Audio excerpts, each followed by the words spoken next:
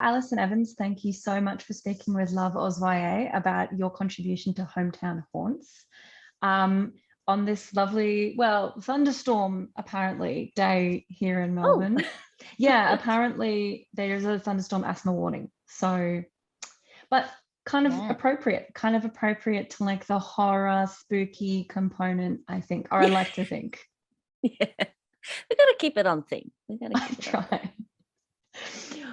Okay, so my first question is, and it's a question that we're asking all of the authors, and that is very broad. So what to you as an author is at the core of horror and writing horror? Ooh, that's a good question. I'm not sure. I think because I sort of write horror by accident.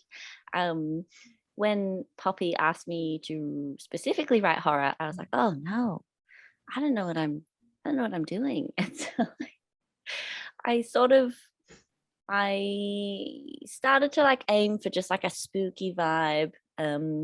My story is about kind of teens who can transform into wolves, and they discover an angel, and the angel is horrifying. And I think as I was working through the story, I was sort of figuring out what I thought horror was. And I think I don't really know. I think it's like, for me, it's something that makes me feel uncomfortable in a way that I can't explain, I think. Yeah. And so for me, like my story is body horror. And I think for me, like the idea of something growing on my body when I didn't want it to is quite like scary. Because I sort of tried to tie it into puberty a little bit, because when you start going through puberty, like you get pimples and your body changes and you're like, oh god, what is this? So that's sort of the heart of what sort of prompted the body horror in my story.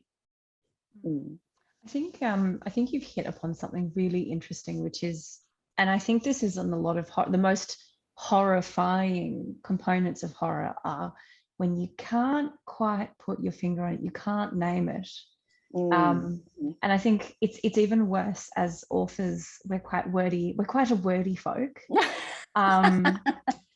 And so when we encounter something that we don't have the words to articulate or describe, it's a whole new level of horrifying. Yes. So, yeah. So I think it's actually a really interesting and a really insightful answer into the genre. Thank you. You're very welcome. So my second question, and I'm trying to find a way to word it to not give away too many spoilers. So I beg your help in work through this. Thank you. Because I was really interested in the motif of eyes that emerged across the story and then became about seeing yourself or asking someone to see themselves. But I was really interested because I felt like there was that extra dimension to it across the story. Would you be able to expand on that a little bit? Yeah. Without spoilers. All right. I'm so sorry. It's all fine. I think what it's sort of, I haven't actually thought about this, so I'm going to work through it as I'm speaking. Right, I'm here. Thank you. I think it has to do with being seen and being perceived when you don't want to be. I think over the past few years, I've been, I guess, like subject to mass trolling by TERFs, which has been scary. And I think I think it's when you are seen by people and they see something and they don't like it. I think the idea of being watched, and And I think also, like, when you are a teenager, I mean, I'm speaking from my own personal experience, but when you are a teen, you're so aware of how you are perceived and how people think of you. And I think I was just always just so hyper aware of, like, do I look cool? Is this a silly thing to do? Like, if I don't know, like if you trip over and you're like, oh, did anyone see that? I think that's where that comes from. Yeah, just thinking a lot about being perceived, I think. And I think also that's a lockdown thing, right? Because it's like, I guess as a non-binary person, like, I can't really pass. I don't like the term pass, but I guess as a non-binary person, I can't pass as anything. If that makes sense. Like, Mhm. no one is really gonna gender me correctly unless I know them. Which, like, is not the biggest problem in the world. And I work retail and I'm misgendered every day and I don't really care.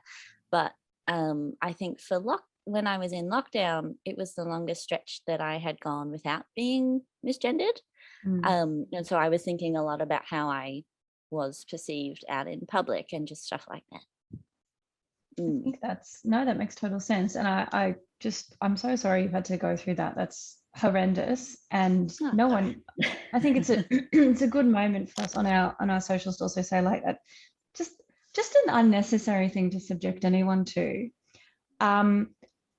What I think your story offered it's a really interesting insight into the creation of your contribution to Hometown Haunts. And what I think your story offered really beautifully was, and without actually a lot of comment, it invited people to also take a look back at themselves when they engender that kind of behavior and they practice that kind of behavior without comment. It was, well, what happens if you see, if that gaze is then turned back onto you?